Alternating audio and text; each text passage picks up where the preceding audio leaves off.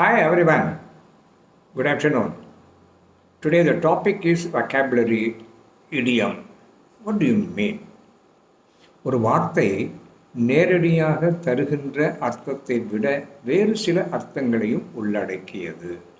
Let's see through an example. Here we are. இதற்கு நேரடியான அர்த்தம் என்ன? நாங்கள் இங்கே இருக்கிறோம். You see, ஒரு அட்ரஸை தேடி அலையிறோம், கடைசியில் கண்டுபிடிச்சி அந்த இடத்துக்கே போயிடுறோம். அப்போ என்ன சொல்லுவோம்? Here we are. அதே மாதிரி ஒரு திட்டத்தை தீட்டுவோம், ப்ராஜெக்டை தீட்டுவோம், வெற்றிகரமாக முடித்து விடுவோம். முடித்த பின்பு அங்கேயும் we can say here we are. So இந்த மாதிரி நேரடி அர்த்தம் வேறு, உள்ளடக்கிய அர்த்தம் வேறு. I hope you understand. That's all for this day. Thank you. Bye for now.